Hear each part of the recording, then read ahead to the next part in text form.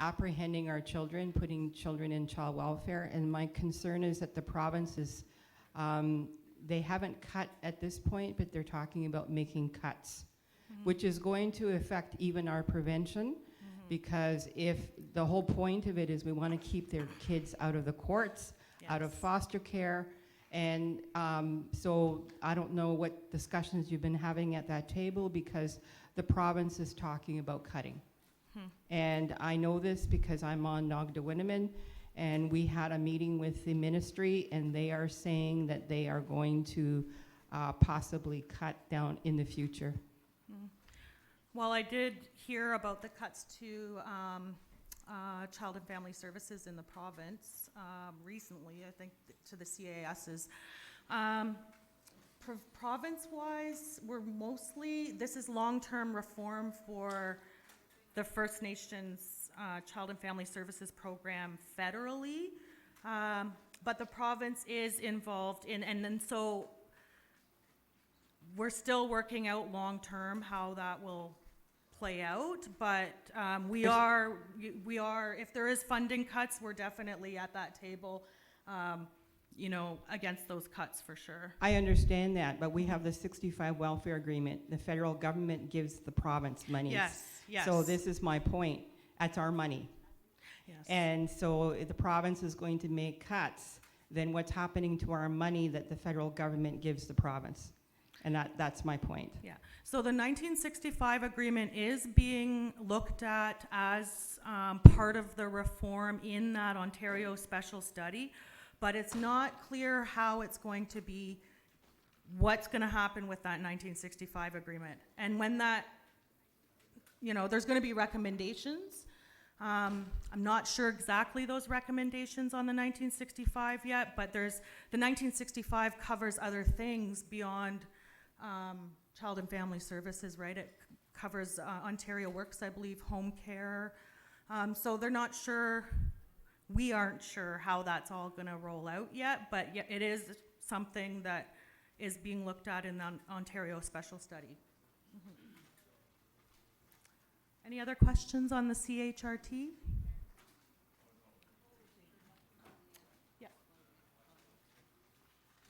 So I just wanted to clarify that the 65 Indian Welfare Agreement, the federal government reimburses the province for any First Nations children in care. So it's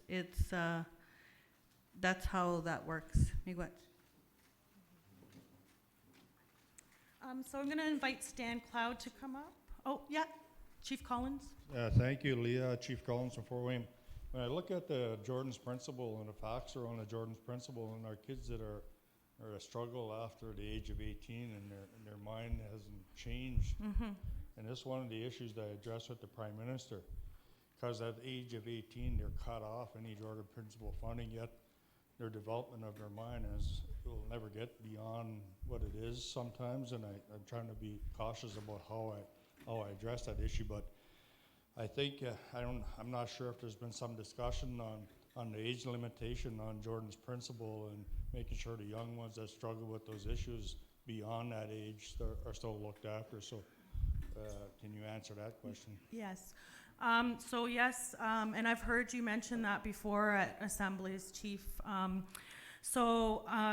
This is something that's actually come up, and I've brought this up at the technical table in regards to the long-term reform for the First Nation Child and Family Services, and we have Canada reps here, and we have Ontario reps here, and so that's something that was recommended in the Ontario Special Study. Is we mentioned that our youth, you know, there's all these historical traumas that our communities and our youth and our families are dealing with, not just, you know, that's even higher than anybody outside, you know, First Nations culture. So that is something that we've recommended in the Ontario Special Study as part of the reform, and I think we've mentioned recommending that go up to the age of 25. That's something the First Nations are recommending. So I hope Canada and Ontario will be on board with providing that funding up to those ages up to that age of 25, I think it is.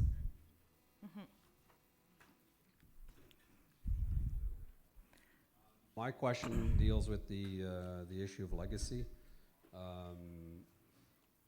What I've seen and witnessed is that kids that are in care and that are taken out of care, there's a legacy issue that continues to haunt them post being returned to a community or going into towns and cities. So finding their way home is not always easy. This legacy issue is very complex, and it's a difficult thing to help them understand. So as part of the Ontario reform, there should be a component that talks about legacy issues. There just isn't a stop date at 18 or 25. Often I've seen people, recently talking about the 60s scoop, and that was in the 60s, and they're still talking about it today. So the legacy issues needs to be brought into focus, because that is a challenge post the return of children back into their own communities or around town sites. Thank you. Miigwech, Ogama. Any other questions on CHRT? Okay, I'm going to call Stan Cloud up, and we're going to continue on. We're going to do a presentation on the circle process that we're working on. Oops. Do you want to introduce yourself, Stan? I'm good. Okay, so this is my colleague, Stan Cloud. So just over a year ago, Adrian asked me to come in and assist with trying to secure some funding for an alternative dispute resolution process to help with child well-being. And we were successful in obtaining some funding from Indigenous Services Canada to start the development of this program. And so Stan and I are going to do a little bit of an overview of this program, and we have a resolution as well that we're hoping our leadership will support us moving forward with this program and the development. Oh, right. Clicker. Oh, and there's a PowerPoint and a briefing note in tab 3 of your binder.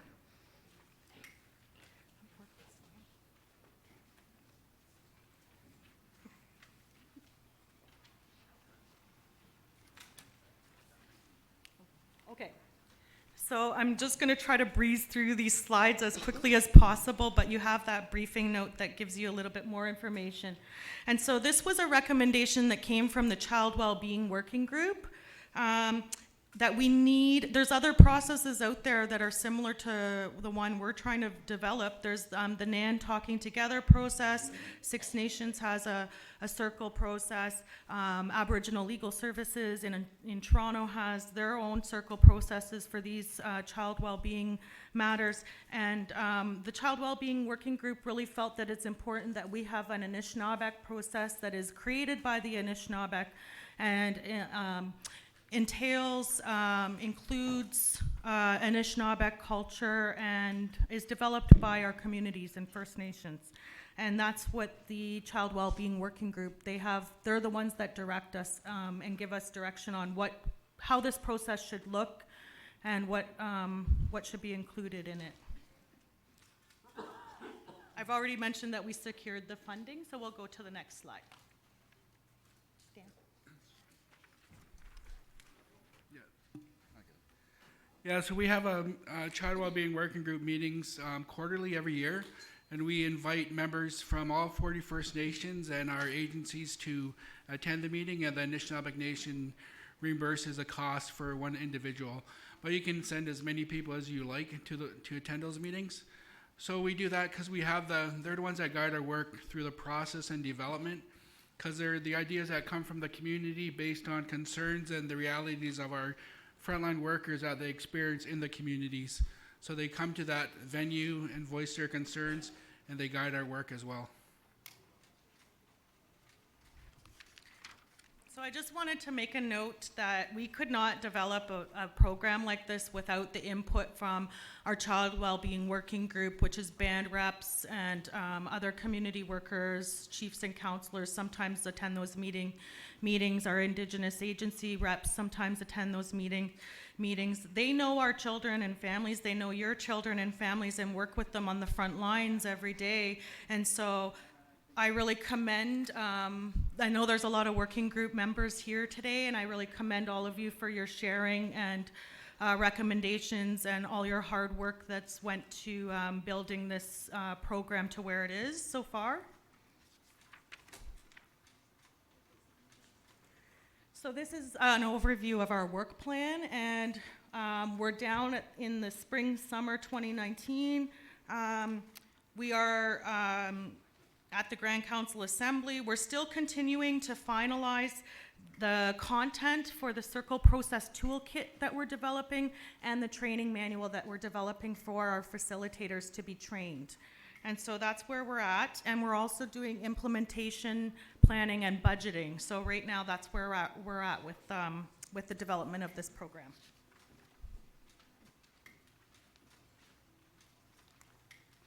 So one of the reasons why we do this, there are current processes that exist in the province, mainstream processes, but the difference is the Anishinaabe Nation process is based in ceremony and culture and traditions.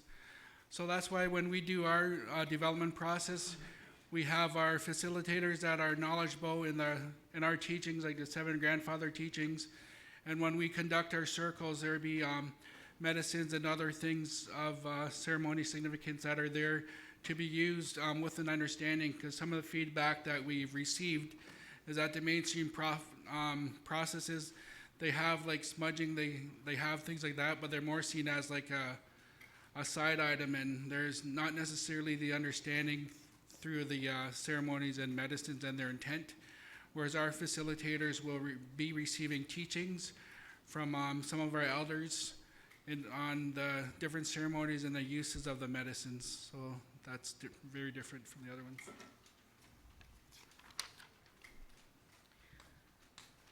Okay, so for this circle process, and that's what we heard from our child well-being working group, that it has to be, they want it to be a circle process. The facilitators who are facilitating these circles, they're neutral people.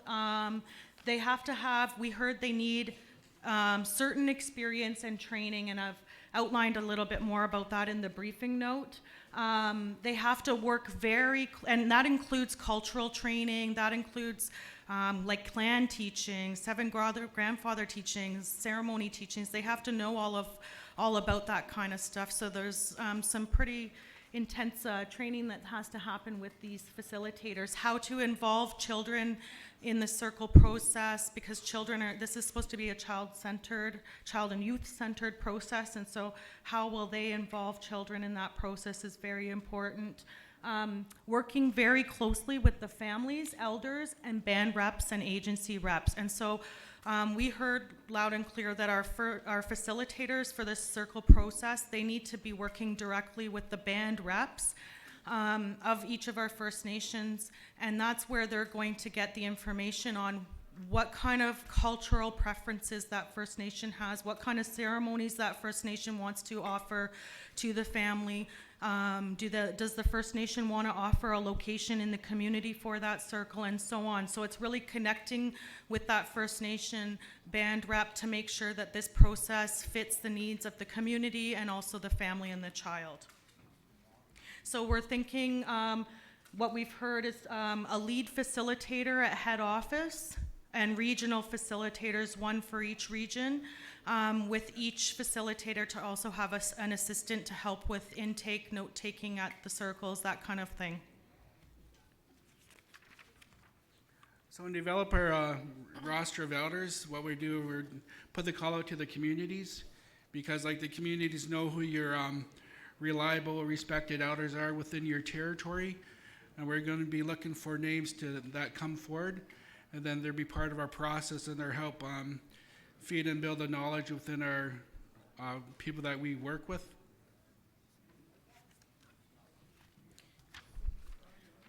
And so this gives you a little bit of an overview of what we've heard, how the process should go. There's the pre-circle work is a lot of work. That's where a lot of the work comes up front before you even get to the actual circle. And that's where the facilitators have to work very closely with the First Nation band reps, the agency rep, elders, the elders that are involved. So that's pretty important.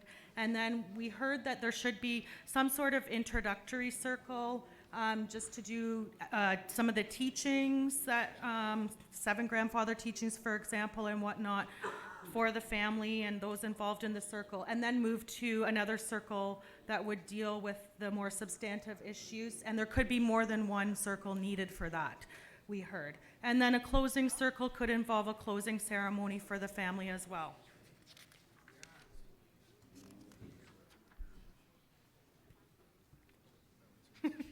This just gives you an overview diagram of the planned process. So just as far as our next steps go, we're gonna continue to complete the toolkit that we've been developing along with a training manual to support our facilitation training. And then as well, we're gonna develop our implementation plan moving forward and to attempt to secure the funding for that process. And as I mentioned earlier, we're also gonna engage the leadership in our child wellbeing working group to help guide that work and to raise any issues or concerns that their community may have with the ongoing process.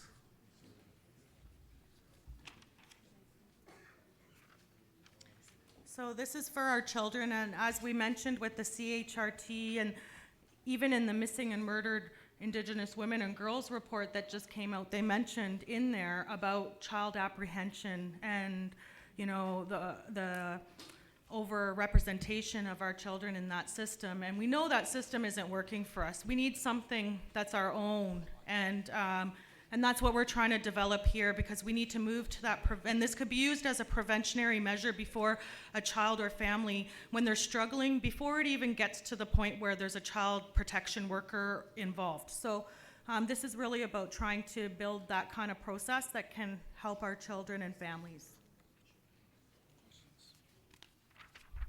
And our, Stan and I have our emails there if you want to contact us and have any input or ask any questions about this. And Chimigwich, any questions or comments? And there's a resolution, like I said, that we're just asking for leadership support to move forth with our planning and whatnot that's going on with this process. No questions? Okay. Okay, so there's a resolution in your package. I'm assuming everyone's had a chance to read it. And it's moved by Guima Duke Pelche, second by Chief Jason Henry of Chippewas, Kettle, and Stony Point First Nation. And therefore be it resolved that we, the Anishinaabe Chiefs in Assembly, support the further development and implementation of the Anishinaabe Nation Circle process for child well-being. Direct the legal department to collaborate with social to secure funding from the Ministry of Community and Social Services and Indigenous Services Canada for the training of facilitators and implementation of the Anishinaabe Nation CWE Circle process. And direct the Anishinaabe Nation Social Services Department to report updates on the further development and implementation of this process at the next Grand Council Assembly. Okay, so that's seconded by proxy Marshall George. Do we have a copy of that resolution? It's in your package. Your 6, tab 6, it should be in there.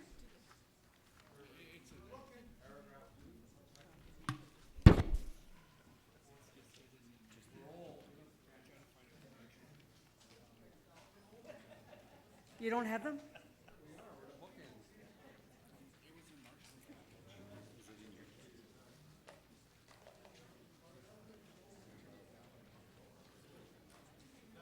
I just wanted to note as well, I changed the resolution to, I only had child well-being in there, and it's been changed to child and youth well-being, because I want to make that clear. This is for our youth as well. So it is under tab 6. Hopefully you can find it. It's called Nishnabek Nation Circle Process to Support Child Wellbeing. If you do not have it. What was the amendment, please? The amendment was the seconder was Proxy Marshall. Marshall from, And youth. Speaker made a comment. Child and youth. oh. Child and Youth Wellbeing. Perhaps then we could get the amended copy out to the chiefs. Okay.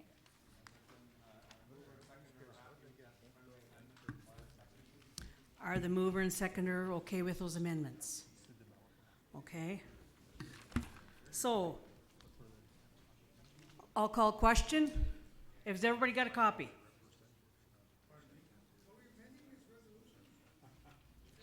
We just amended it, called it Child and Youth Wellbeing. I really don't know. You let me know how I'm supposed to do this.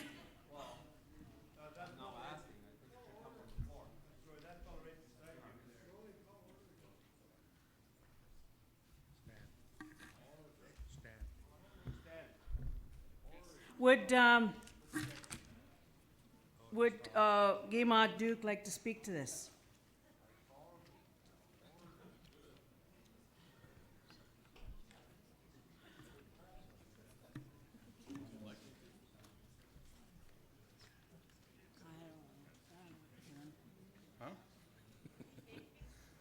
Okay, the friendly amendment that was proposed by the technicians is to fall in line with what the law says, our law, and it's a child and youth well-being law.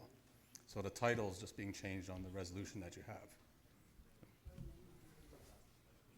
And this would support the work to initiate the implementation of the circle process.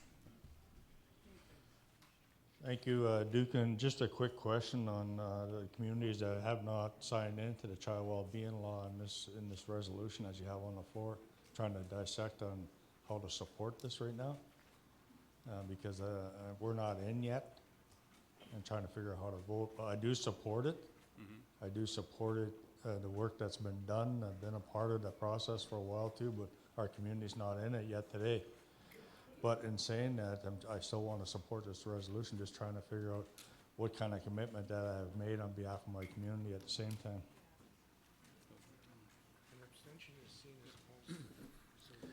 Yeah, so Chief Collins, to your point, you don't have to be signed on to the Nishnabek Nation Child Wellbeing Law to access this service. It's just another tool that your families have to use if they're involved in child protection matters at either prevention stage of the child welfare process or at the protection stage. So it's available to all our 40 First Nations. And additionally, if you're wishing to support, you can still do that through an abstention, as that is still seen as approving the process. Yeah. Yeah, Chief Shining Turtle, I lost my train of thought. And, he's the bookend here. No, my question then is this, no, be careful, Chief, I heard you. I'm not that old. There's a lot of overlap here. And I think what would help us is that if there was a flow chart that showed the overlaps between what's happening at the Nishnabek Nation, in our case, what's happening at Kinagabeshgami Child and Family Services, and then what's happening at Whitefish River. There's lots of overlap here in terms of worker support, where individuals can go for help. So I think what would be important would be a flow chart that shows the separations of where people can go, so there's no collisions going forward. And we at the community level can explain to our membership how this thing works better. Thank you.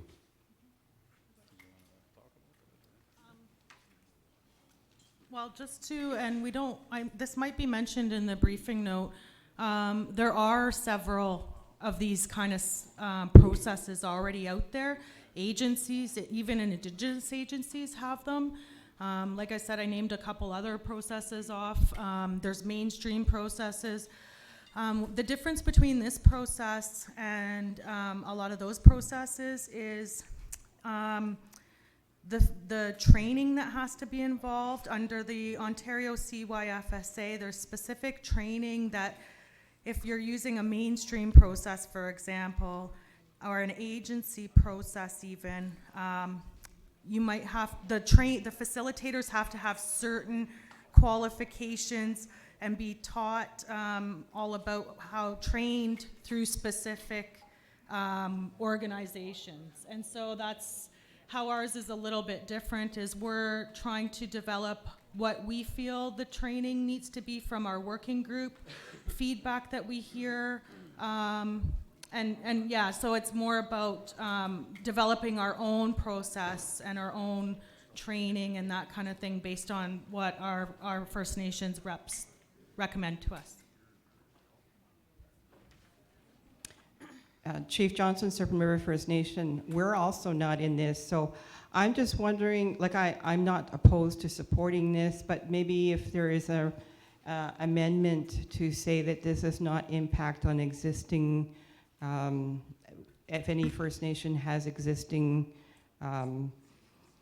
agreements or whatever, because my concern, and I've heard this from the federal government and the province, is they're saying to me, to my First Nation, well, you have to go to the Union of Ontario Indians because they've got money.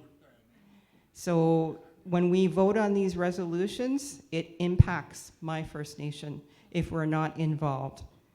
And this is happening, health transformation in other areas where both the federal and provincial government is saying we gave money to the union. Miigwech, Ogimakwe. That sounds like a good idea if you want to put that clarification. So the resolution then, another amendment would be after the last direct the Anishinaabe Nation Social Services Department to report updates on the further development and implementation of this process at the next Grand Council Assembly, and that this process does not impact on any First Nation processes. Is that okay? Is the mover and seconder okay with that? Yes? Okay. So, oh, sorry, question? Just a comment, Chief Musquash from Pace Plat First Nation. All of us around here are concerned about the children's well-being. You know, some of our people in the north are Deliko, Tiknagan. Now this, what happens when our communities run out of families that can go through the process to have our children live in those communities? What happens then? And there are a lot of communities, and we're talking opioids, drugs.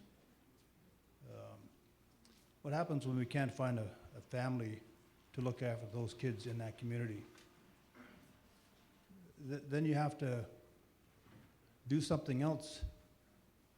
And there's always people writing letters and coming to the chief's office, you know, like, help me do something. But nobody looks at those kids that can't handle their kids to help those young kids look after those kids. I mean, it's just frustrating and very hard to deal with. And I've only been dealing with it for a year and a half. Not as long as these two gentlemen, but okay.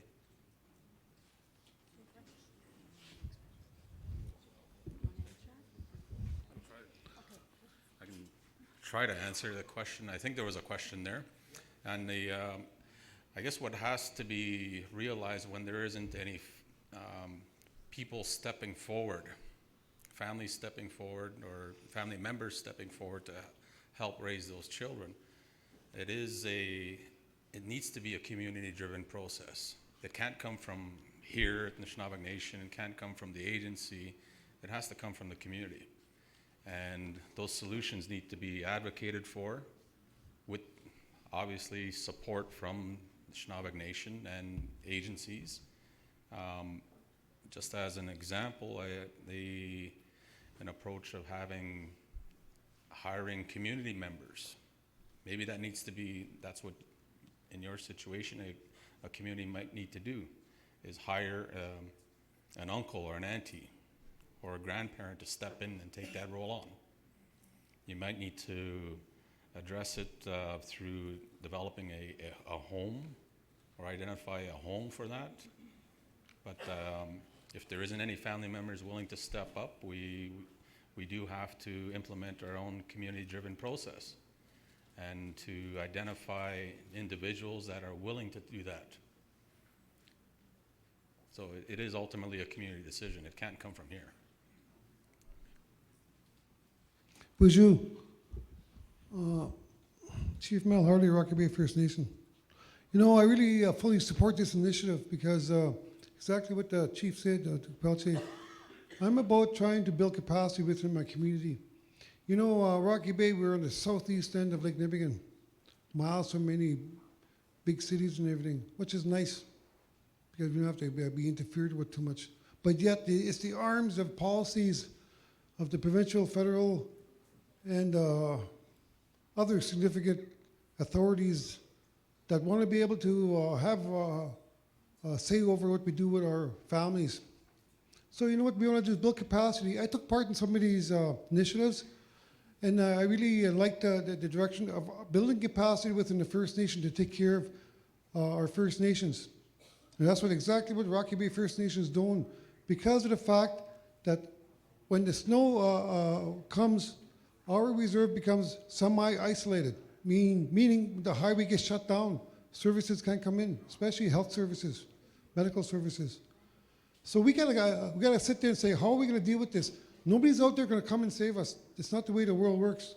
Reality is, we need to be able to take care of ourselves within our area, because when the roads open back up, people come back in, we say, thank you very much, we know that you couldn't come.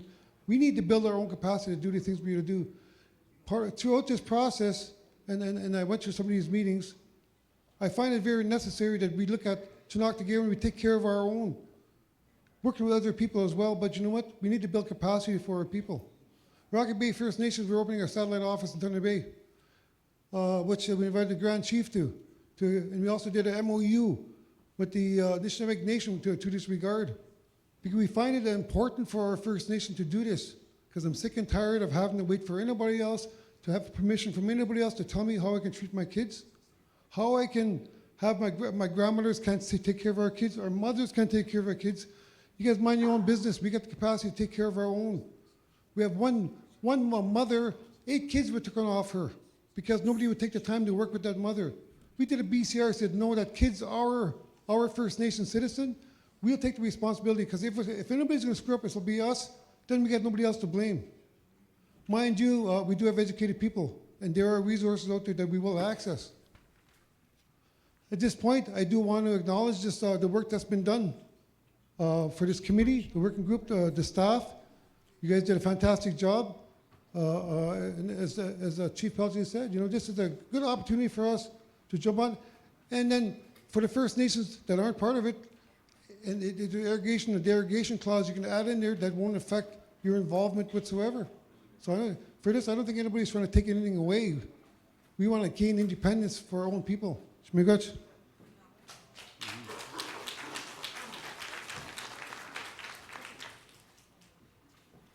Okay, so we have the amended resolutions. It's just going to be handed out to the chiefs. So if you just give us a minute, we'll have that to you, and then we can finalize this resolution.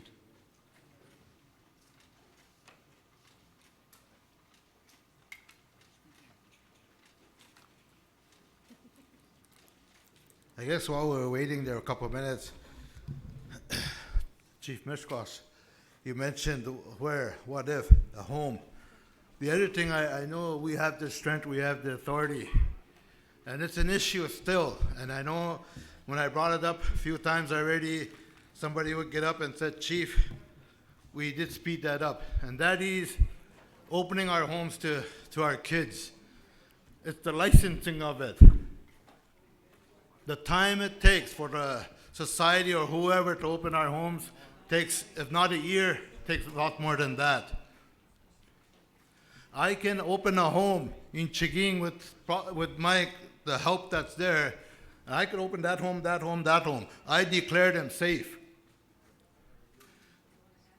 If I did that and I bring the society in or other workers from outside, chief, you can't put kids in there. That is exactly what happens.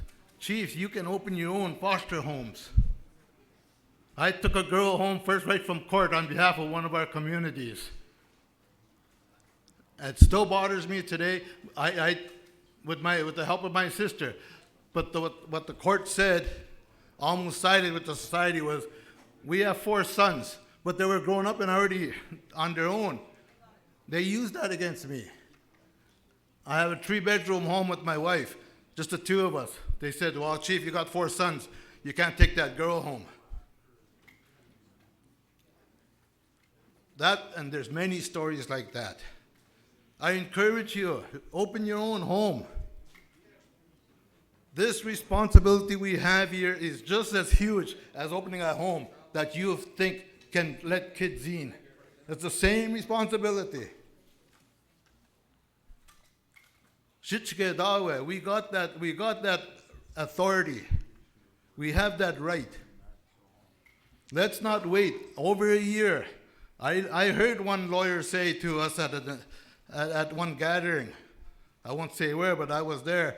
She got up and she says, I can tell you, we speeded up our license of our home. It took us 1.5 years to open that home. 1.5 years. Something happened tomorrow morning. We need a home by noon. That's how fast we got to find a home. So I just share that with you. We have that right. Nobody should question us which parents and their home is safe or not safe. We know what's safe and not safe. Safety is paramount. I know we go with that. So Miigwech, I just share that. I've been there. You open your own homes. Miigwech.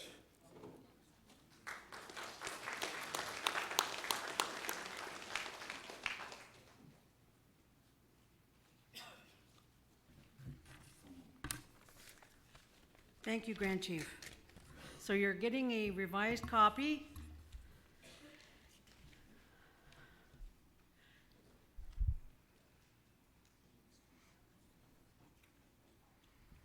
And we'll say moved by, first of all, it says the subject is Anishinaabeg Nation Circle Process to Support Child and Youth Well-Being.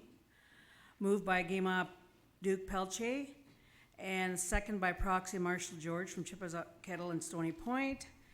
And therefore be it resolved that we in the Anishinaabeg Chiefs and Assembly support the further development and implementation of the Anishinaabeg Nation Circle Process for Child Well-Being. Direct the legal department to collaborate with Social to secure funding from the Ministry of Community and Social Services and Indigenous Services Canada for the training of facilitators and implementation of the Anishinaabeg Nation CWB Circle Process. Direct the Anishinaabeg Nation Social Services Department to report updates on the further development and implementation of this process at the next Grand Council Assembly, and that this process does not impact any processes undertaken by First Nations. And it's agreed by the mover and seconder. Any further questions? If not, I'd like someone to call question. Questions been called? Can't you? Someone else, please. Been questioned? Okay, Chief. All in favor? Any abstentions? Carried. Miigwech. Next, we'll move on to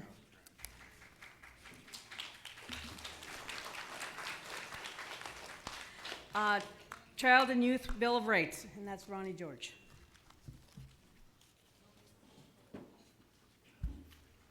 Bonjour. Wabish wash kishkoi dishnakas, gitzigan zibi, donjba, mang dodam. Ronnie George, dishnaka, Jaganashi, dishnakas. So the Bill of Rights began its journey in May 2018, where I began to do research. I took that research to the working group meeting in Pikwanigan.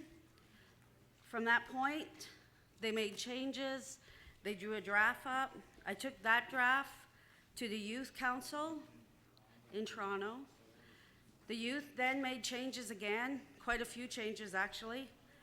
I took that draft back to the working group and shared it with them. From that point, I took it to the elders. Okay. I took it to the elders who reviewed it and made some changes, and then to the Quaquaw Council who made more changes. Another draft was drafted up, brought back to, okay. So this is what, it should be in your, should have been all handed out. Handouts were given to you. And then there's a resolution in tab 7. Tab 6. 6.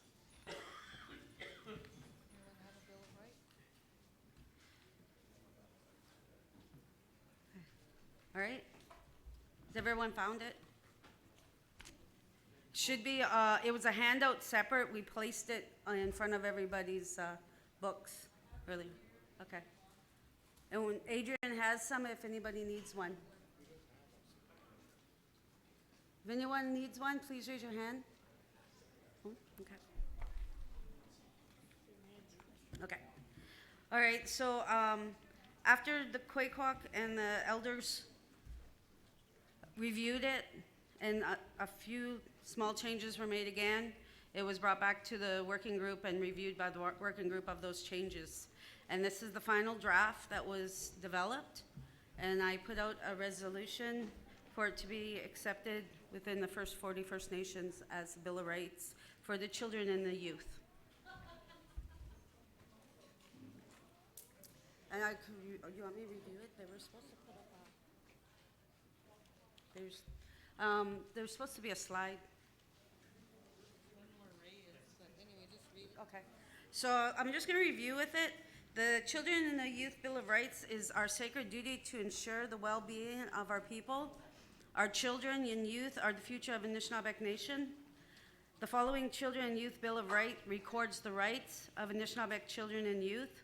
Together, we must honor these rights to help ensure the success of our future generations and create the best future of our nations.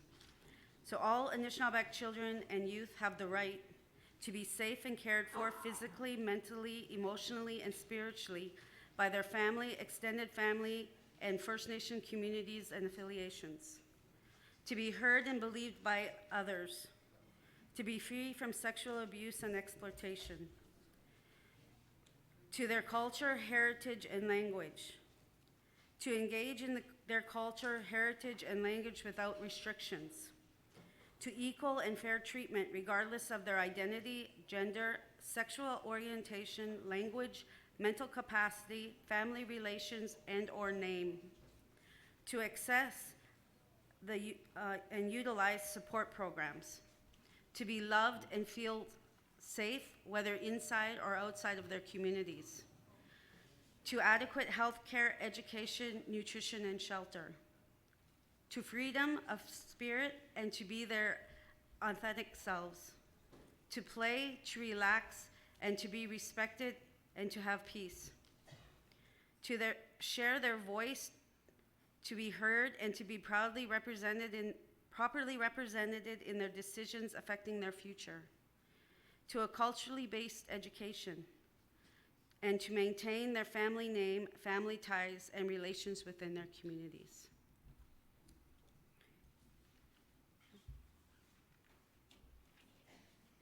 Any questions or comments? So there's a resolution under tab 6. It's called Nishnabek Children and Youth Bill of Rights. Does everybody have that?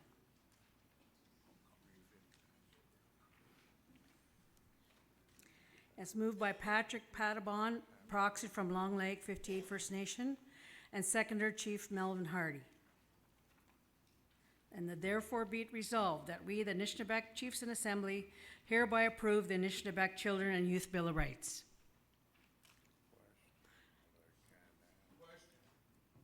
Question's been called. All in favor? Any abstentions? Carried. Miigwech.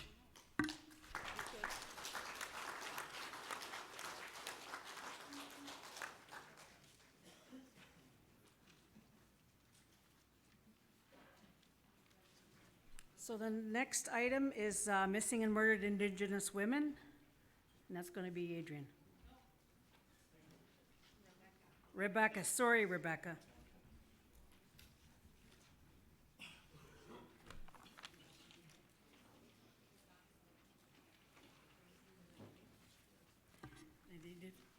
And you did have a copy handed out, a brief. Yes. Does everybody have that? It should be in your packages, the little child well-being, the purple folders, if you pick those up.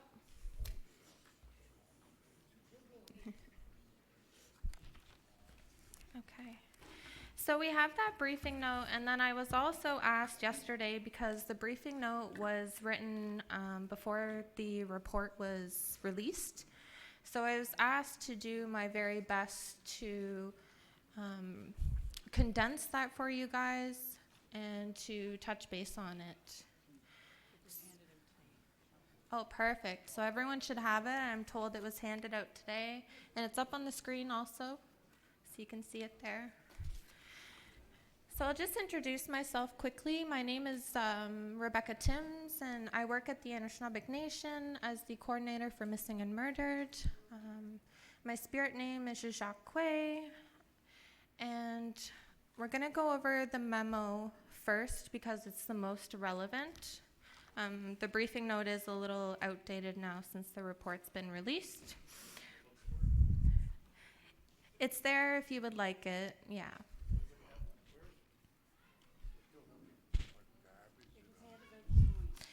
The memo was handed out this morning. The briefing note's in your package. Do you know what tab we're at? Okay, miigwech. So Chief Shining Turtle's giving me the go-ahead, so I'm going to get started. Oh, I mean, sorry, I'm still learning who a lot of you are.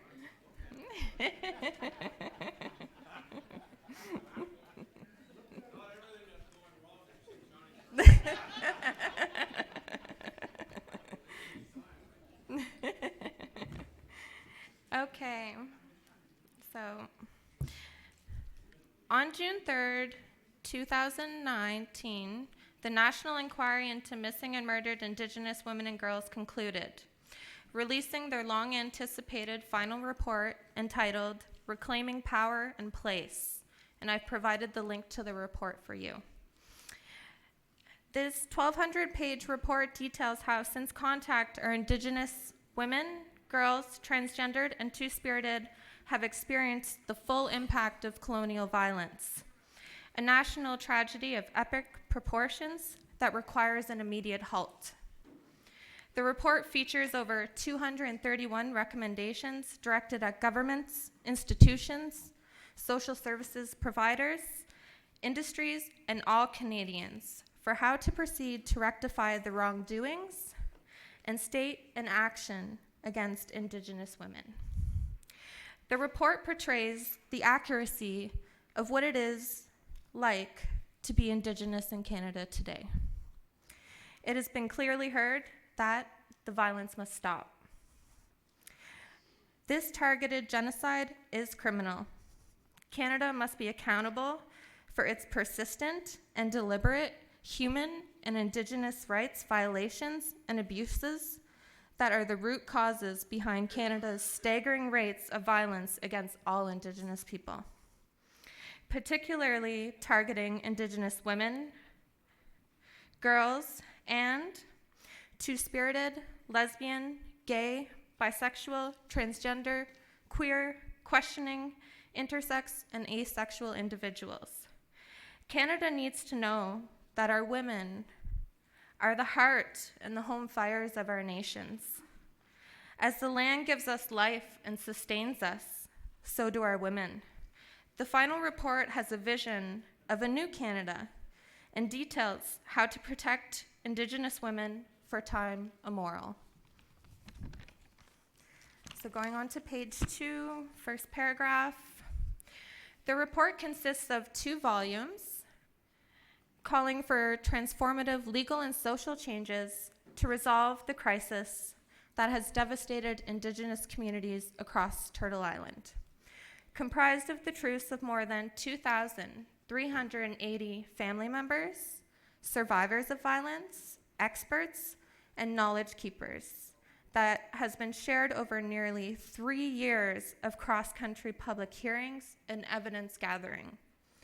Testimony from family members and survivors of violence spoke about surrounding context marked by multi-generational and intergenerational trauma and marginalization in the form of poverty, insecure housing or homelessness, and barriers to education, employment, healthcare, and cultural support. Experts and knowledge keepers spoke to specific colonial and patriarchal policies that displaced women from their traditional roles in communities and governance and diminished their status in society, leaving them vulnerable to violence. The report recommendations, which are framed as calls for justice, are legal imperatives. They are not optional. The following points have been condensed from the original report. So from number 1 to 18, I did my very best to digest the information and to condense it for you into the specific calls for justice and for action. So number 1 is human and Indigenous rights and governmental obligations. Number 2 is culture. 3 is health and wellness. 4 is human security. 5 is justice. 6 calls for media and social influencers, or change makers as they are calling them. Calls for health and wellness service providers. Calls for transportation service providers and hospitality industry. Calls for police services. Calls for attorneys and law societies. Calls for educators. Calls for social workers and those implicated in child welfare. Calls for executive and development industries. Calls for Correctional Service Canada. Calls for justice for all Canadians. Calls for justice for Inuit. Métis-specific calls for justice. And the two-spirited lesbian, gay, bisexual, trans, queer, questioning individuals, specific call for justice. So that is the summary. If there was any specific questions, I would be happy to take them now, or comments, concerns. I know it's still very high level right now.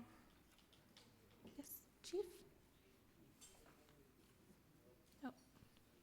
We need the microphone on, please. Chief Johnson, Serpent River First Nation. I appreciate the briefing note. I understand that some of the chiefs don't have the briefing note. So, Okay. But the other comment that I would make is that I had talked to the regional chief, and because there were women chiefs there was an email that went out to the women chiefs, and one of the things that's probably going to be coming up maybe at the Chiefs of Ontario is we don't want this report sitting on a shelf, so we're going to be asking for follow-up in regards to an implementation plan. So because there's nothing saying, well, how will this move forward, and so that is really critical in moving forward, because it could potentially sit on a shelf. So we need to prioritize those recommendations and create an implementation plan. Miigwech. Miigwech, Chief Johnson. And yes, I would be more than happy to support you all in that work. Dabujo, Chief Maingan Henry from Chippewas of the Thames First Nation, or Deshkanzibi. Yesterday, when I was asking that we add this to the agenda, one of the thoughts would be that we would send a message to Canada as a unified 40 Indigenous or Anishinaabeg nations. I find that to be pretty strong when we all get together and maybe even get a picture of us telling the government that this can't sit on the shelf, is exactly what Chief Johnson is alluding to. The more that we push them, the more that this won't sit on the shelf. So that was kind of the hope of this topic being presented and sending that message to Canada. So if we can send a blanket statement maybe from Grand Chief, and then a picture of our nation standing together to push this forward. Miigwech. Miigwech, Gima. And I guess everything's falling into place here as of the last couple of days. They've been trying to get me to do a press release since Monday night, and reception hasn't been good, and I didn't try very hard either to call them back. But now that what we're talking about it, we should, yes, and do a press release of the recommendation of this, of your assembly here.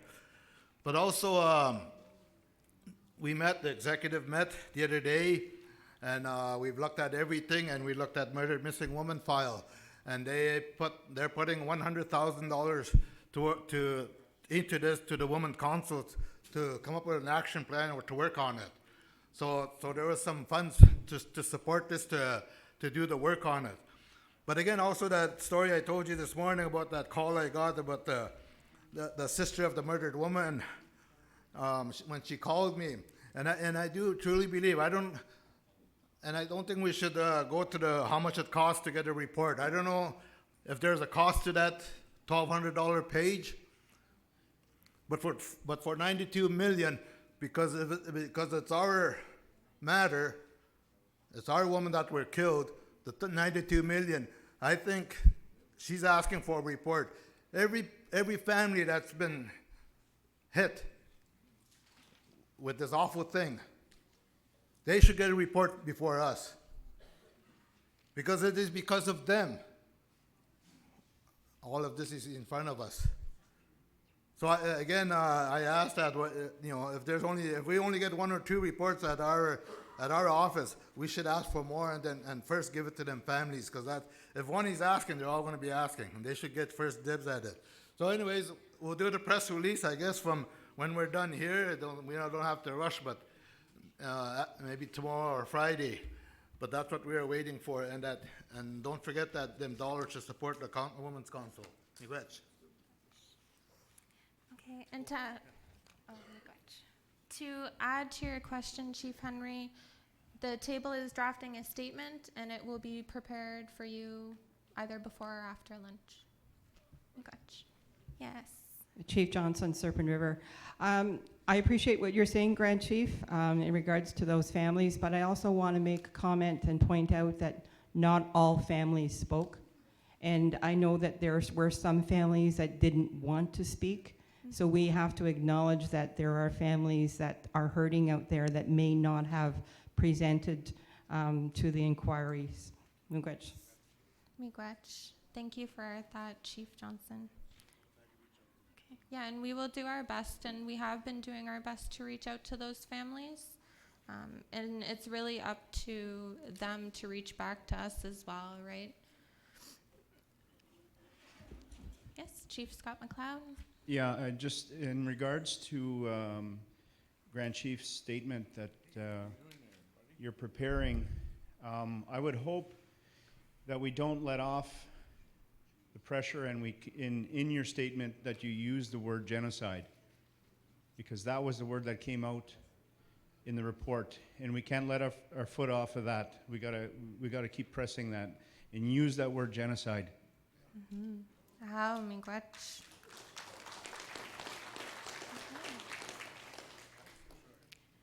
Okay, last call for questions, comments, concerns.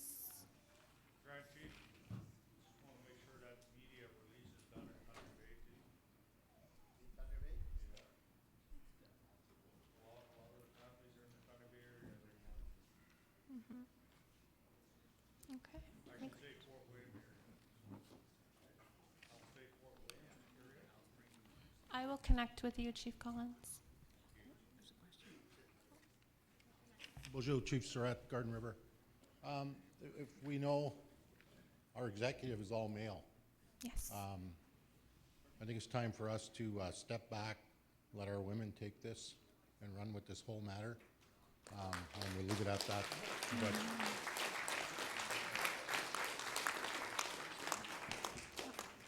going to pass it along to Chief Muskokman. Thank you, Chief. In terms of your suggestion, our discussion at the Leadership Council, just so everyone is fully aware, we readjusted some of the priorities, and given the urgency of this report and the need to respond to this report, our direction from the Leadership Council was really to dedicate $100,000, turn it over to the Women's Council, and leave it up to them to feedback recommendations and how they want to proceed with the response from that. So we're not saying from Leadership Council to respond in any way whatsoever. It's up to we've got a Women's Council there. We're trying to utilize the Women's Council in order to get that response to us. Miigwech.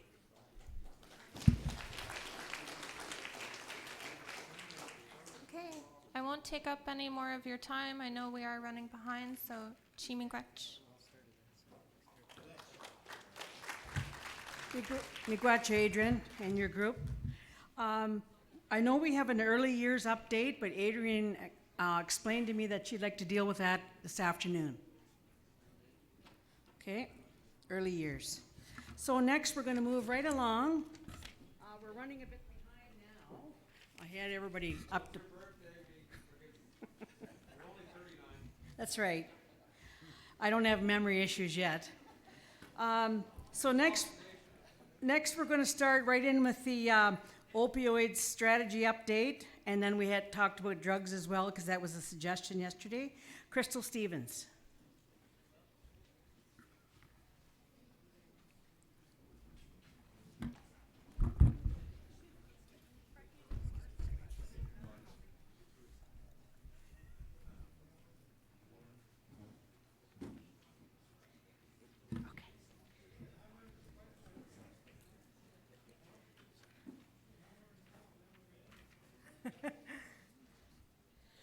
Good morning, Miigwech, and for allowing me to be here to update you on the opiates strategy. My name is Crystal Stevens, and I'm from Nipissing. I'm legal counsel at the legal department at Anishinaabeg Nation. So I have just a quick update. It won't take too long. If I could figure out how to use this. Oh, okay. So the Anishinaabeg Chiefs decided on a resolution 2018-24, and it was the opiate epidemic has had devastating impacts on all Anishinaabeg First Nation citizens in the aspects of their lives, in all aspects of their lives. Child welfare, parenting, policing, housing, health, and the overall welfare. First Nations people are 5 times more likely than non-First Nation citizens to experience an opiate-related overdose event, and 3 times more likely to die from an opiate-related overdose. Many of the people addicted to opiates started with prescription painkillers that were prescribed by their physicians. So what is a class action?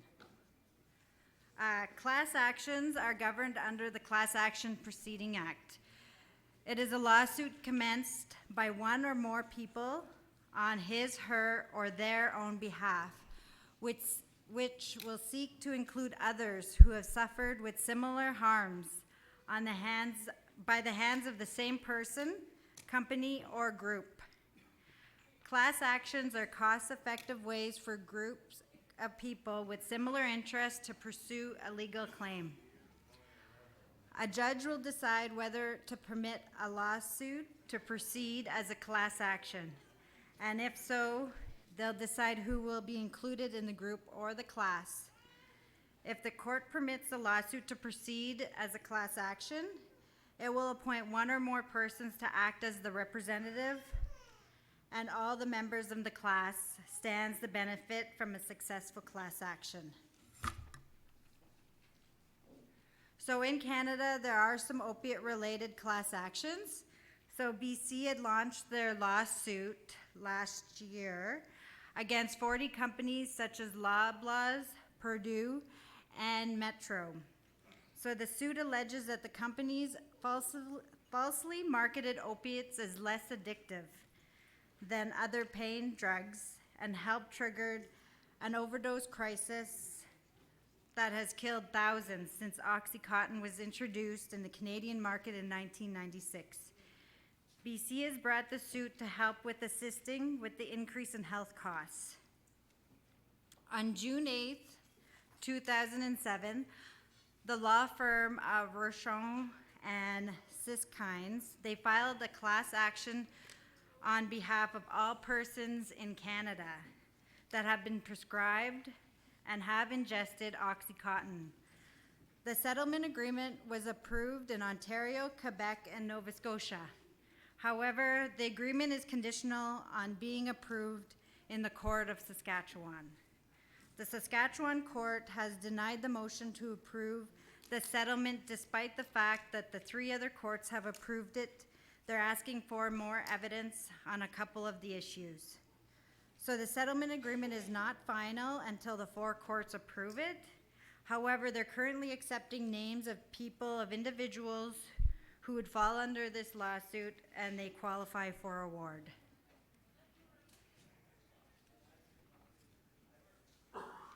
Ontario announced last week that their intent is to join BC's proposed class action against the opiate manufacturers. So the Attorney General said on Monday that the province will introduce legislation that, if passed, they'll enable the Ontario's participation in the lawsuit that was launched in BC last year. Ontario would invest any of the potential awards won from the litigation into frontline mental health and addiction services. Last month, there was a First Nations across Canada gathered to attend Opiates Wiping the Tears and Healing the Pain conference at the Grey Eagle in Casino and Resort in Alberta. So there was an American firm that they want to start a legal process for First Nations people in Canada. So the leaders that did attend, so it was only last week, so there's not too much information on this class action yet, because it's still in exploratory stages.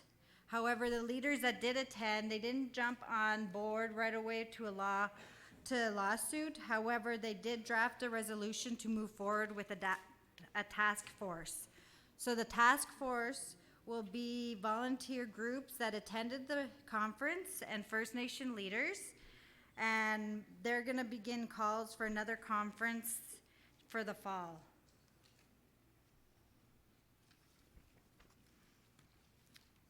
So Nishnabek Nation has been exploring options and to complete a draft Nishnabek opiate strategy to address the opiate crisis. And other things that are happening locally are the OPP are starting to look at the opiate-related deaths and starting to criminally charge the people responsible. It's uncertain if that's the right direction. However, they have, in Sudbury last week, they did charge a dealer that was charged with manslaughter for dealing opiates because they were knowingly distributing products that caused harm and death.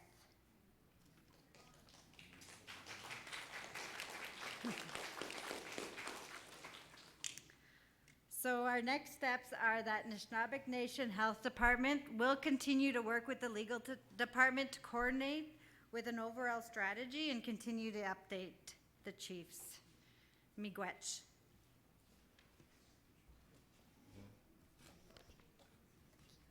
There's no resolution for this. Is there any questions for she? Okay. Thank you, Madam Chair, and thanks for the presentation, Chief Collins for Fort William. I guess when you talk about the communities in Ontario not jumping into this class action lawsuit, we passed a resolution in our community about a year ago now, opting into that class action process. But in saying that, I look at now you're gonna pay out individually, and I think that's not the process. The process is funding into a strategy that helps better them. I mean, I think if you give people that are struggling with addiction money, that just is the wrong direction. Totally wrong direction. So, I mean, we deal with it constantly in our community. We deal with it because of the trade in Thunder Bay and the lucrative trade in Thunder Bay. And we're dealing with all the different gangs in our community that migrate into Thunder Bay. Now these gangs are coming with guns. And if you look at the process of the work that's being done in our region right now, and you look at every case that's been charged or every person that's been charged, there's also a gun impacted in that. And that's very fearful for our community, because they end up migrating into our territories. But I mean, we need to come up with a strategy that really hits the heart of our communities on addressing the opiate crisis that we have. I mean, when we hear this remoteness quotient, and that's what I talk about. What about our urban quotient, how it impacts our community, and we talked about our kids earlier. It impacts our kids in our community too at the same time. So there's a lot of work that we have to do. I constantly deal with it every day in our community, every day, not just one day a week. It's every day an issue in our community. Why? Because they can migrate into our community because we're so close to an urban setting. So we need a lot of work and a lot of support in battling this issue. We are part of a specialized task force with the City of Thunder Bay in policing, and that funding is going to get lost soon, and that task force is going to go away. So that all those gangs that have been busted and been charged are going to migrate back into our community. That's where this money needs to go, helping to address that issue that migrates into our community. Miigwech.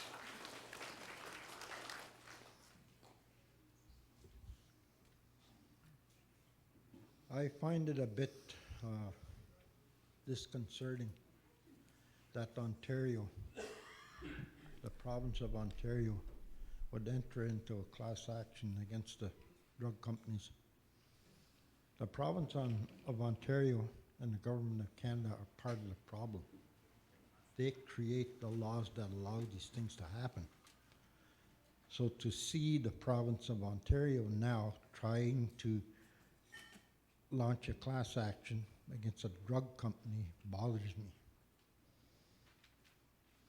We need to not only launch a class action against the drug companies, we need to launch a class action against the province of Ontario and the government of Canada, because they create the legislation that allows this to happen. That's the bottom line. And I support Chief Collins' comments that giving money to people who are on drugs through a class action lawsuit is not a good thing. Miigwech. Miigwech. Onion, Chief McLeod, Nipissing. As early as Friday, this past Friday, we had a death in our community at the hands of fentanyl, and we have a real problem in our community. There's no doubt, and in many communities, and I'm glad that you, Crystal, are questioning whether getting tougher on the people that are sourcing these drugs out, whether that's the right decision or not, because the real criminals, the real perpetrators in this atrocity are the large pharmaceutical companies and the doctors that overprescribe opioids, which is usually, in many cases, the start of this epidemic. And I know in our community, some of the people that are quote unquote the drug dealers are actually addicts themselves and are just trying to maintain their own existence. And the way they do that is to make a little bit off of those drugs to to feed their own addiction, and it becomes a vicious cycle. And to simply get tough on the, again, quote, drug dealer is not solving the issue. You have to start with, first of all, what are the issues that turn our people into turning to drugs as a solution, and try and fix those problems, which we need to hold Canada accountable for, because we never had these problems before until day schools, residential schools, all these things that have been put in this melting pot for our First Nations, and we're now left to deal with it. And those drug users in our community are merely a symptom of a bigger problem. And until we hold the government accountable for that, as well as the source and supply, which is ultimately the government, we're not going to get anywhere with these with the problems that we have. And as Chief Collins had said, I deal with drug issues every day in our community, every single day, through one form or another, and it's not going away. And in fact, in many cases, it's getting larger. And we're looking at strategies in our own community that, you know, you would think that addiction centers might be the answer, and they are a tool, but if the people aren't getting to the addiction centers or using them, then they're useless. And so we're looking at ways of funneling money into more peer support workers, where we have people that have been through those hard times, and we're using their knowledge and their experience to help those other ones in our community to get them through and get them to the addiction centers. Because without that piece, they don't want to go. They just stay with the people that have the same issues as them, and they don't go anywhere. So we need to bridge that gap and help them walk through that good door. So, miigwech. Miigwech. Chief Maingan Henry Chippewas of the Thames, Deshkan Zibi. Just wanted to bring up, this is such an important topic that we all have to deal with, and we see it every day in our daily lives. For us at Deshkan Zibi, one time we pulled the 3 councils together, and Chippewa Munsee Oneida agreed that, you know, if there's a problem, we would share that information with each other. If there was somebody who was delivering drugs in our reserve, and maybe, you know, there had to be a banishment or something like that, that we would share that information so that we can collaborate on the issues that we face. And I think it's really important that we do that in a larger stream, because we do see them migrating to different communities. And one of the problems that I see very heavily is when a person on our reserve doesn't have a lot of money but gets approached by somebody, and then they get nailed for having the drugs in their house. That person gets away scot-free. And it's bothersome to me, you know, that they just tried to do something to create some money in their families, and that person gets away. We get the headlines, you know, a First Nation raid, and a member of that nation was charged for possession or selling drugs. That's a real criminal problem for me, when these people get away with it, and they don't get in the paper, and we do, because we get targeted for this all the time. And it just, for a young person or a young family who's trying to needed some money and took that on. So, you know, that little practice of us communicating can be expanded when we see these things happening, because we can't isolate this in our own communities. It's a larger problem than that, because they'll go to the next community, where they can sell those drugs there, and we need to be open to each other. So I hope we can at least take that as a part of this. This class action is good. It's going to take a little while, but that's something we can do now. Like last night, that sharing circle with the chiefs was so amazing, because we don't get a chance to talk that way, and we can have open discussions about what's happening in our communities and have a really good conversation about it. So that's what I hope we can do, and do more of it, and try to help our children. Miigwech. Miigwech. One more speaker. Ani, Nigan sit Nimki Benes Dishnakosta Dictodem, Chiging, Medominasing, Donjaba. My name is Pierre Daboski, and I represent the youth of the Huron region for the Anishinaabeg Nation. This is more of a broad statement, I guess. I get the opioids are one of the biggest problems, but why can't all drugs be looked at this way? Especially in my community, we have a very big drug problem. And as one of the youth in my community who's been lucky enough to avoid all of that, even alcohol, because I've been exposed to it from a very young age, and I've found ways to avoid it. And one of them was through culture. Now these drug dealers and drug users, most of them are teenagers, like myself. I'm only 18 years old, just turned May 1st. Youth are one of the most vulnerable people in our communities because we were the ones forgotten, as you can say. Especially, well, for an example, in my community, we had a state-of-the-art facility built in my community. It's known as the Chiging Complex. It was built for the youth by my great uncle Louis Daboski. But now it got turned into a bingo hall, out of all things. And as someone touched on, what follows drugs is guns. And in one of the more recent incidents in my community, 2 youth were shot from people down in Toronto because of drugs, not just opioids, but cocaine and many others. So I just wanted to add to that we, as all leaders here, we have to find a way to bring youth back into culture. If it's just regalia making or going out to ceremonies or powwows, there's many ways that we can help youth, stray away from this path. So, miigwech.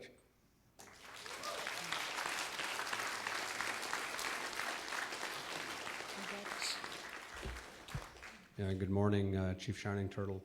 I had asked for this to be expanded to include drugs because of the very comments that young man has just made. We're normalizing in our communities. It's okay to have pot. It's okay to have cigarettes. It's okay to have a case of beer. It's okay to get drunk. It's not, we're harming our families. We need an overall strategy. Like, we just seem to be normalizing these issues, and we're losing ground. And so our young people feel disconnected, disenfranchised. They don't feel like anybody cares. They talk about the bingos, and actually the other day when I just came to this community, the first comment I heard is, we got to get rid of the chief and council here. Like, that can't be our normal. And those are our normal conversations. That's not healthy anymore. And we just want to normalize it. Like, we need to be champions. Like we see what Sarnia is doing with Little NHL. Like, where do we champion those amazing causes? We don't shine a light on that enough, where young people are gathering and doing really good things. I've become more and more involved in this, what's going on in the Manitoulin corridor. We know that's all controlled by Hell's Angels, and yet we just let it go on. It just frightens me. It's absolutely frightening. And now, I want to preface what the former chief had said, was Chief Joe Hare. He said, I was trying to quit smoking. We were talking to mental health people. And he was looking out a window and he said, I'm trying to quit smoking. And it's a really difficult thing to do. Then he turned and he said, imagine what our youth are thinking about right now in Chiging, with what they're facing. How difficult do they have a task? And who do they turn to? So we create another program, and that's what I was talking about. All these layers of programs, where are they actually going? They're not getting anywhere. They're not getting to the people that really need the help. This is not just an opioid issue. This thing is all over us. And we're losing ground. And the slope is getting slipperier. We need different opportunities that we can embrace things that work for us. A common baseball game, a summer recess period for our kids, just to say, this is where we feel safe again. I want to commend Constance Lake. I had it on my Facebook page about what they made. They made a comment about drugs. They have a great big sign up that shows about the impact. It was a young baby. The children's suffering is the drug lord's victory. We see more and more of that. So it creates less, I think what we need to do is think from a more hopeful environment than a hopelessness. And and that's why I talked about this yesterday when I talked, and I'm very sincere about this. We need to really put in front of government the socioeconomic gap, and that's what Chief McLeod talked about. But you can't lose sight of that. Like, you can't make it happen in the drug side and then not make it happen on the governance side. It has to be, that message has to be given to them. You were very eloquent in your speech today about the impacts of what government has done to us. So why isn't that not built into our governance? I don't get it. I simply don't get it.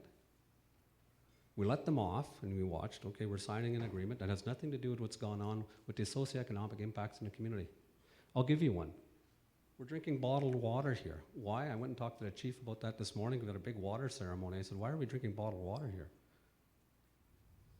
And why is that? Because they're on a boil water advisory. I've never been in a community where the boil water advisory is. Socioeconomic impacts. And then I find out she's having to pay for that herself. Like, their community has to do that themselves. No support from us. Those are the socioeconomic impacts, and we need to help close that gap. We need to put that right in front of government. We let these young people speak directly to them, because they're watching it happen. I'm watching families getting ripped apart, and it's, well, that's okay. Like, you only have I hear that, you only have 3 families. We have 300. One's too many. Thank you. Gretch.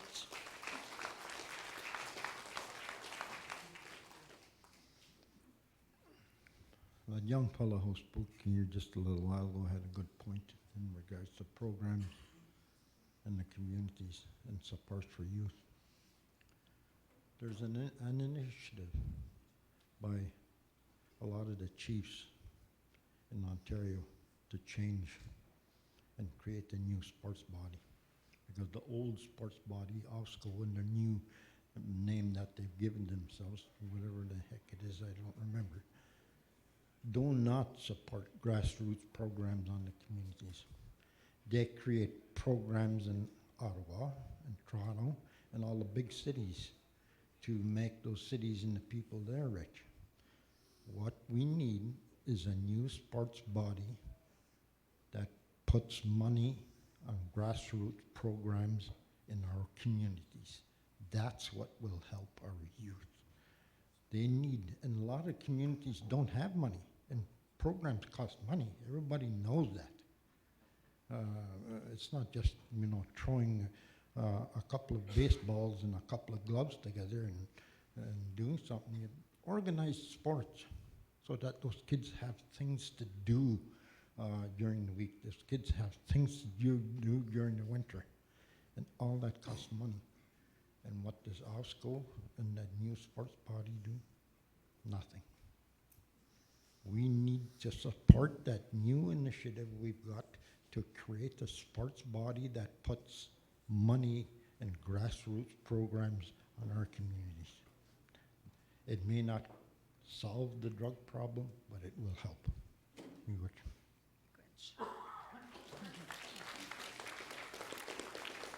Bonjour, Patrick Padwan from Long Lake 58, proxy for Chief for Veronica Wabus.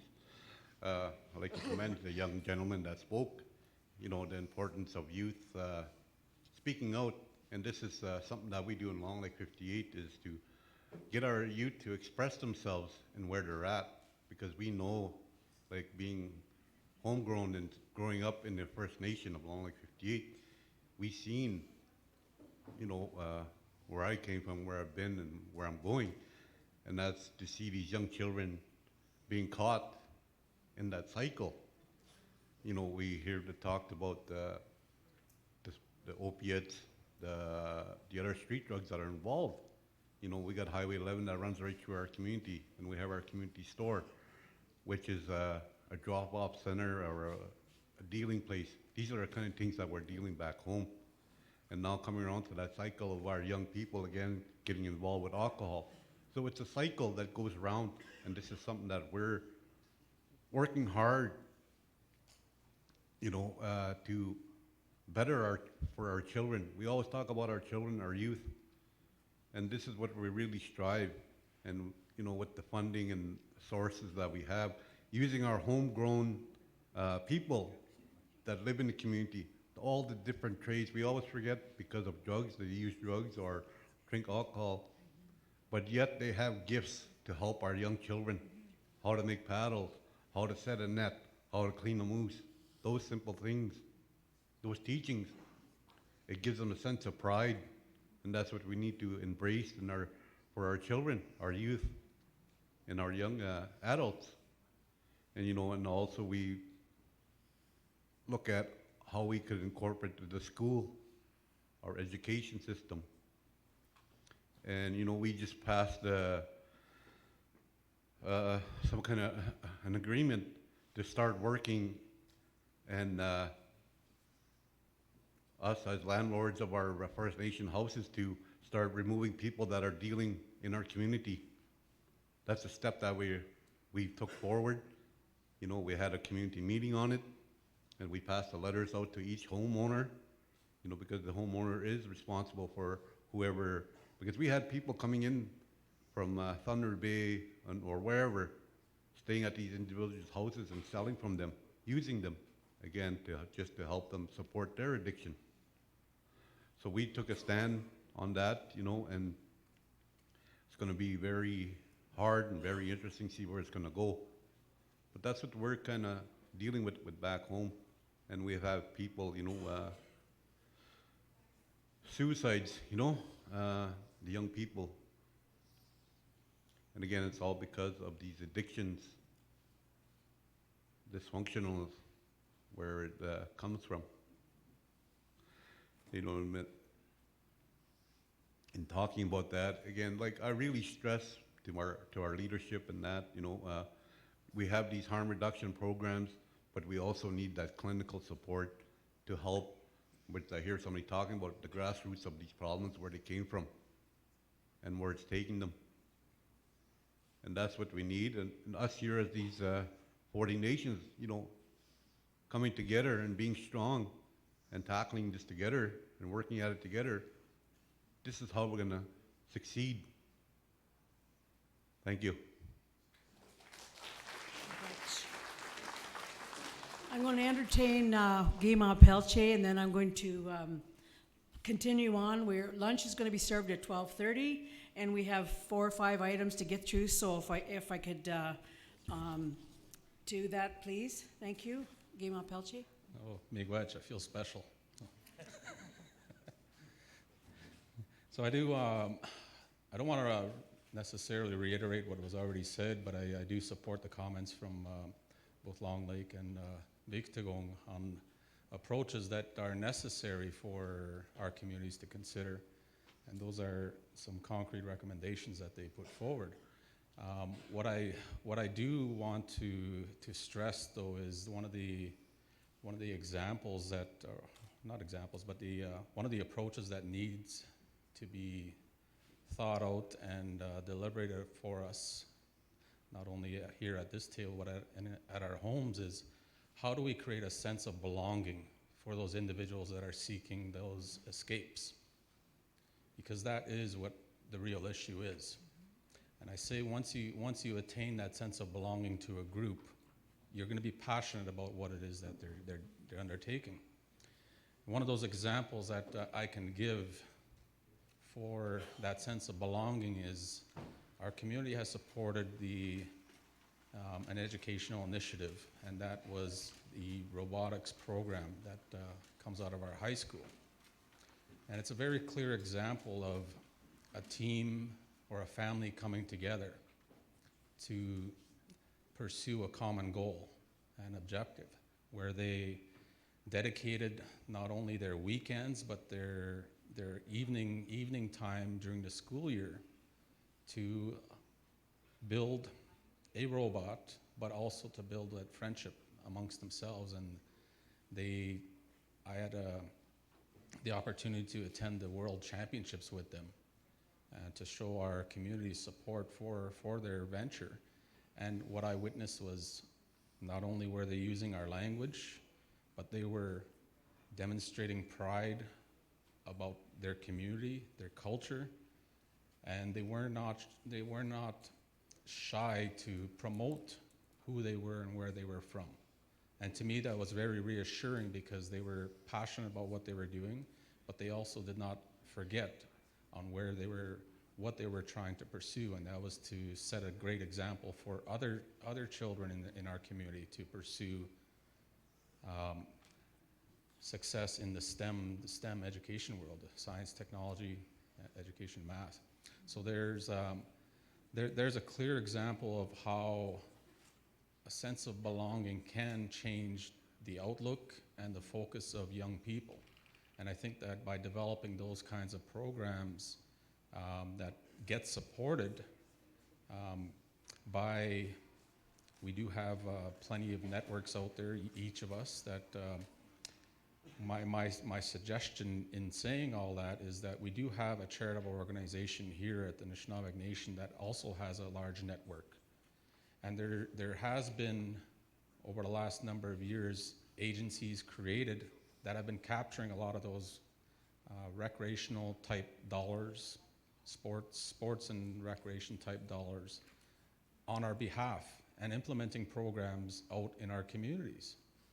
And it's my understanding that at least one of those organizations that was getting funding to develop programs in collaboration with First Nations right across this province, that funding was pulled back. So there's essentially an opportunity for us to capture, to put forward a plan that would also have the ability to deliver those charitable receipts and be able to support community developed grassroots programming. So that's my suggestion, because the more that we keep them busy and allow those types of programmings to be implemented within the communities and by the communities and for the communities, that's where we're going to see success among our youth, so that they have a brighter outlook and that they do have hope, and that we continue to support them. Miigwech. Miigwech. And just want to say miigwech for all the important comments and concerns that were brought forward today, and they are heard. They will be brought back and utilized to be incorporated into the creation of the Anishinaabe Nation opiate strategy, and perhaps looking at expanding it to include other drugs instead of just opiates. So miigwech.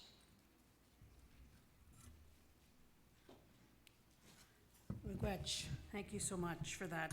And there were some amazing comments, and so I spoke to our Crystal there and explained to her that if we could expand the opiates and drug strategy, I know it was a resolution last year, but it doesn't mean that in that developing the strategy you can include all those items that was discussed here today. And next steps, how do we go forward on that? So I think the team that's developing that strategy will bring all those issues together and address them the best that they can. So next, I'm going to move right on to long-term care. There is a resolution that was handed out, Anishinaabe Nation Long-Term Care Working Group. So if you could find that resolution and we can deal with that right after the presentation, that'd be great. So I'll ask Phil Goulet to come up.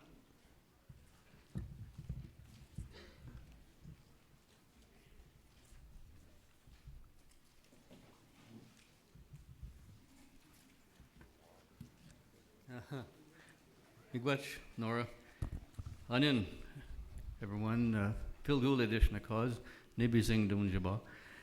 I want to start by thanking Chief Big Canoe, your community, your council members, and your elders for hosting us, having us here, sharing your community center and food, and being so gracious. Miigwech for having us here, and I just want to acknowledge that. And I want to acknowledge all our Gimas and our elders and each of you, and say miigwech for the privilege of coming to speak before you on the resolution of long-term care. I was talking with our Chief Scott McLeod from Nipissing, and he suggested that I should come forward and speak on the matter. I've been involved in long-term care at home, at least working on a proposal in the past.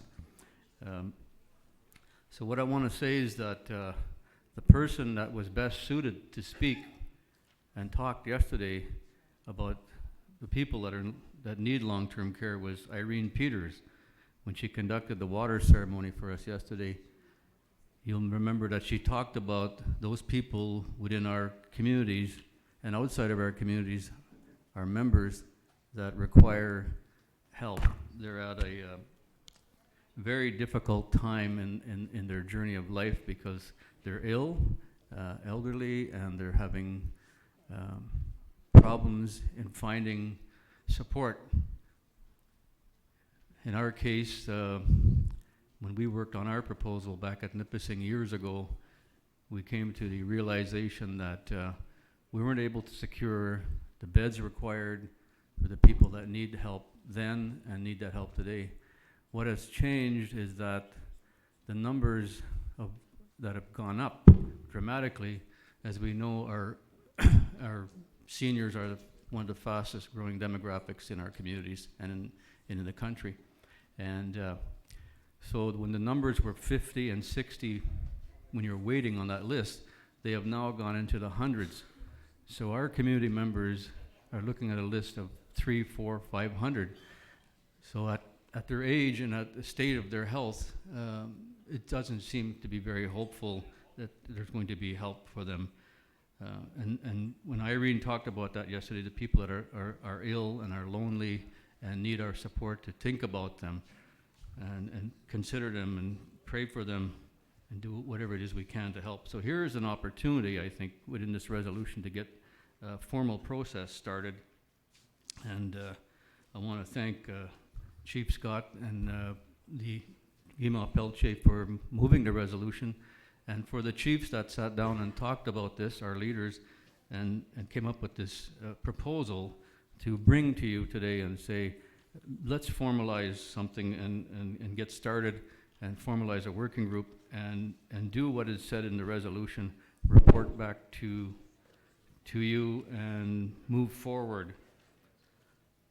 If you remember Gordon Wendements, our elder, when he talked yesterday, he said that, you know, we have in our ranks the leaders, we have within our ranks the educated people, we have the staff, we have the ways and means of getting things done. And this morning was proof of that. You know, when Adrian presented everything that she had worked on this morning, and it was said that, you know, this was a really good day, brought about resolution or a good start to resolving some of those issues that are facing our communities. So I think this is one of those things that, you know, in our lives that needs our attention. And what I'm asking for, Madam Chair, is I'm asking two things. I'm asking for each of you to kindly support the resolution, to support our working group, and to provide the working group with ongoing support when they move forward and come back and report to our assemblies and to our communities. Miigwech. Thank you.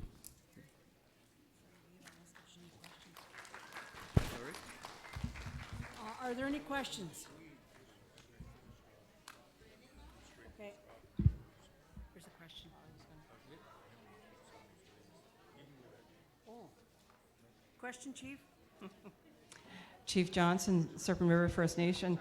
I support the idea. I guess my only concern is, how does the working group take into account that there are some of us that have already put in proposals?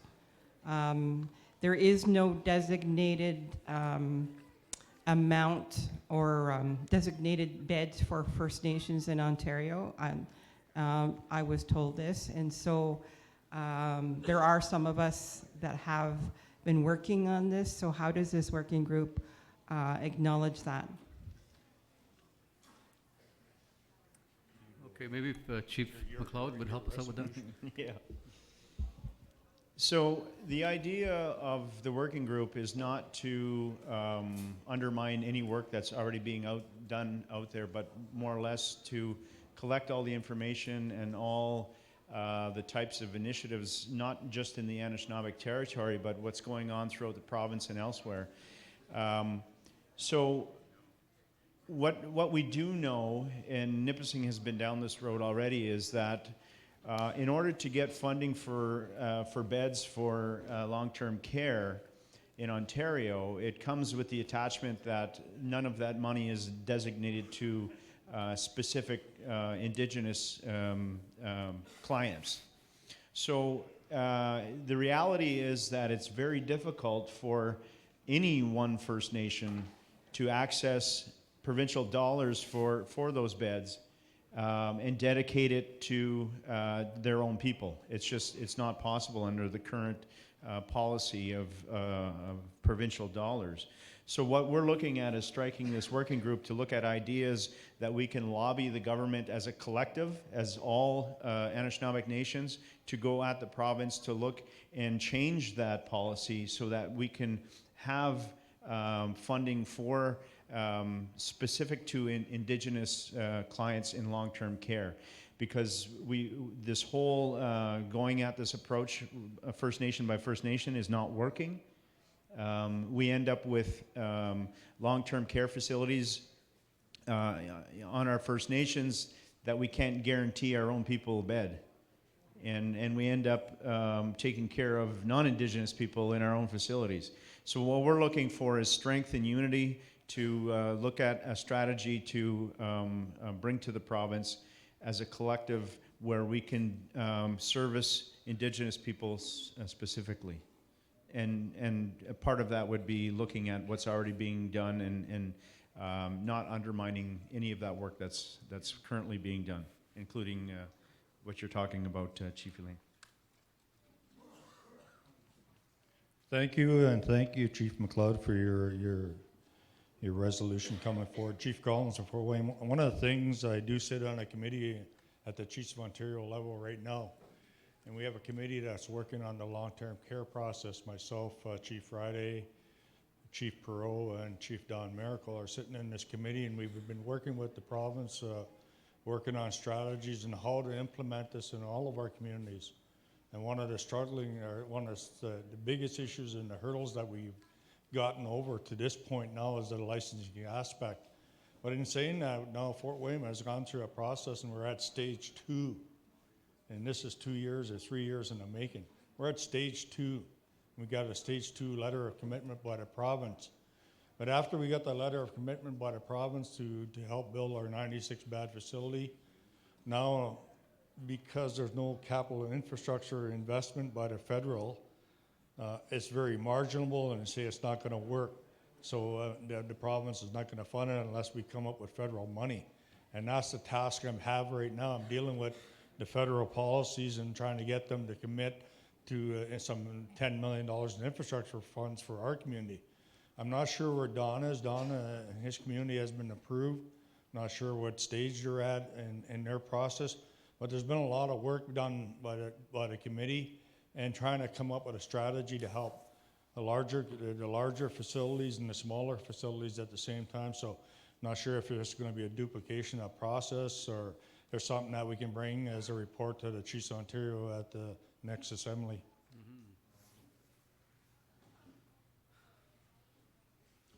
Well, I guess all I would say is that the intent is not to duplicate any work that's being done out there, but I guess just the fact that myself, Phil, and a few other people that are involved in this didn't know about the initiatives that you guys are talking about maybe shows the need to bring this to a broader stage where other First Nations can participate in and get the communication out there. Because I do know Don Miracle and his community have been doing a lot of work there. So part of what we were suggesting of doing was to collect all that information for work that's already being done out there, so we don't duplicate any processes that are being done.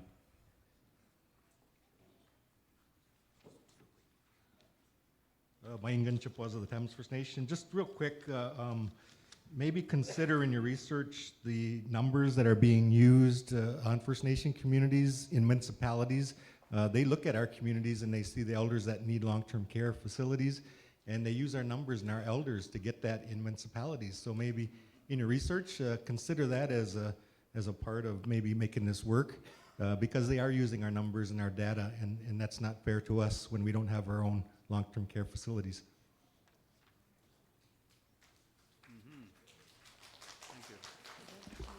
Chief Shining Turtle, the Prime Minister announced a $40 billion opportunity for us somewhere in 2016, and it was on a national housing strategy.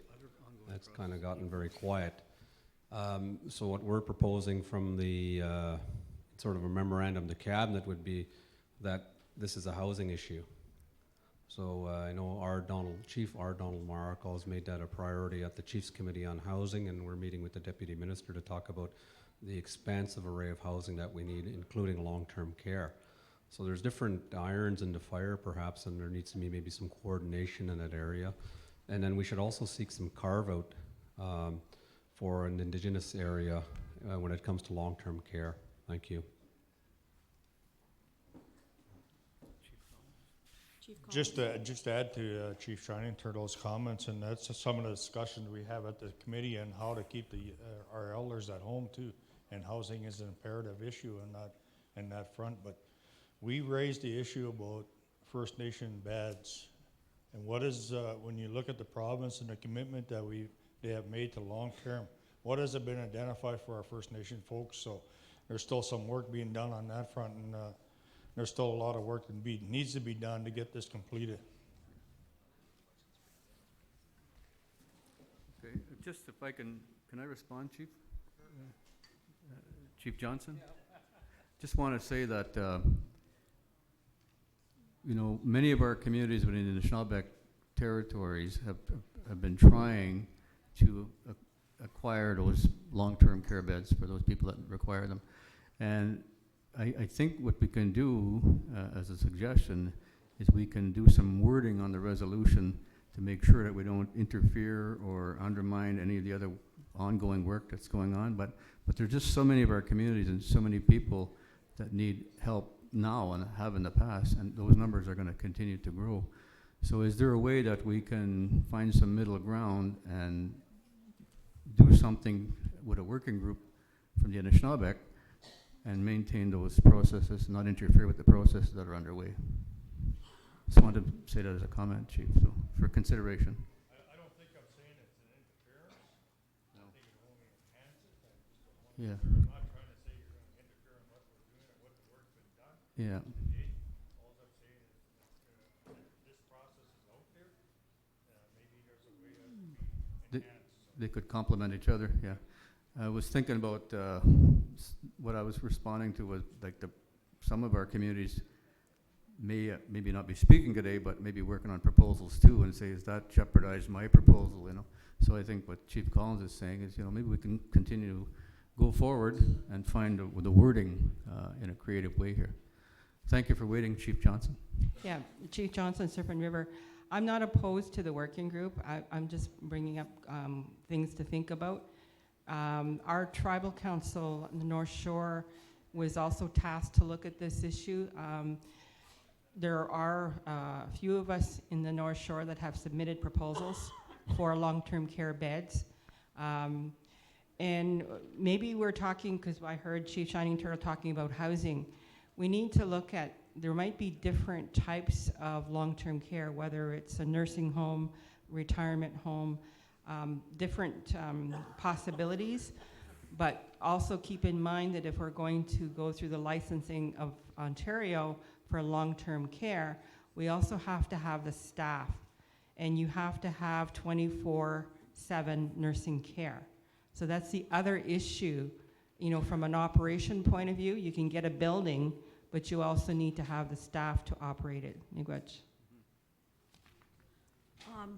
If you don't mind, Gema, I was just thinking if we could revise the motion to say that under conducting research that to include using current numbers used by outside entities, maybe we could add that in, and that confirm that the long-term care working group objective is to secure an initiative allocation of licensed beds for our citizens and adequate allocated resources. And then that the long-term care working group review all the First Nation processes and ensure that all these processes are considered in their review. and that this long-term care working group will not affect any First Nation who is currently working on their own long-term care facility funding. Would that include any of the concerns? Yeah, I think that's good. One of the things that it says in there is to develop a terms of reference. And I believe in that terms of reference, that's where a lot of this stuff will be laid out. So maybe if we can just move ahead with the resolution on the premise that the terms of reference will come out for review by leadership, the chiefs, and then we can take it from that from there onward. And just to comment on Chief Elaine's when she was talking about trying to secure funding for beds, and then also the comment about you know, the capital dollars versus the operational dollars. First of all, we had up to 64 licenses secured for Nipissing, and we were actually ready to put up capital funding to create the facility, and so that was all in place. But what we found out very quickly was with the capital, the funding for the operational dollars that we had secured through the licensing process of Ontario, was we could not guarantee our own people those beds. And we also found out that there was a waiting list of about 200 and 220 non-Indigenous people waiting for a bed. And here we were prepared to build a facility as big as 64 beds, fully with the full funding for those 64 beds, but there's a waiting list of over 200 clients, which is first come, first serve, which essentially would mean that we would be having our facility filled with non-Indigenous people in our community, and our people would be no further ahead. So that was was the impetus for us looking at other options, and one was to what it came down to was going at it from a regional approach and say, well, why don't we all band together here and try and work with the government to negotiate strategically placed facilities, because the reality is not every First Nation is going to have a long-term care facility in their community. But what if we put it out in strategic locations that service to all of us? Because our elders tell us the first thing that they want is to stay at home. But the very second thing is that if they can't stay at home, at least they want to be with other Anishinaabe people, right? And so that was what drove us to think this way, that maybe we can get at from a regional approach and make some headway that way. Okay, question? Is everybody okay then with the maybe the change then, and that the terms of reference be reviewed by the Leadership Council prior to Grand Council, because Grand Council won't be till fall, right? Yeah, if something like that terms of reference, I think it would be more appropriate to have the chiefs review that rather than the Grand Council leadership. Okay. So.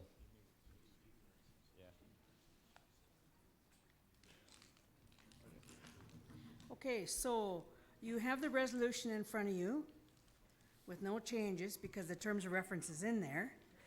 And then the direct the Nishnabek Nation Health Secretary to develop a long-term care working group, which would consist of 1 to 2 reps from each of the 4 Nishnabek nations.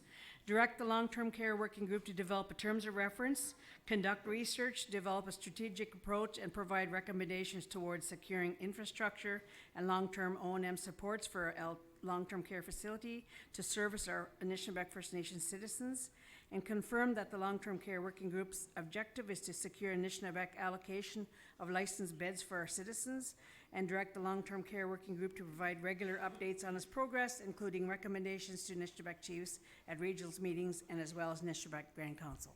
It's straightforward. Is everybody okay with that motion? Question? All in favor? Any abstentions? I see none. Okay, thank you. No change.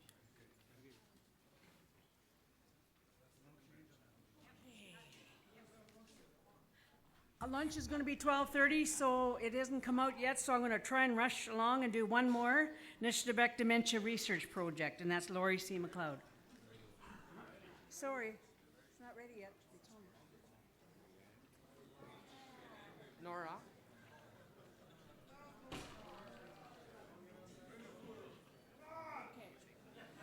Okay. There's been a change of plans. We're going to wait and have lunch, but all the chiefs, they'd like to have the picture done up against the flags here so that we can send that message to the minister about our missing and murdered women and children. So there's going to be, all the chiefs, please come up here before you go and stand in line for lunch. I'm being bossy.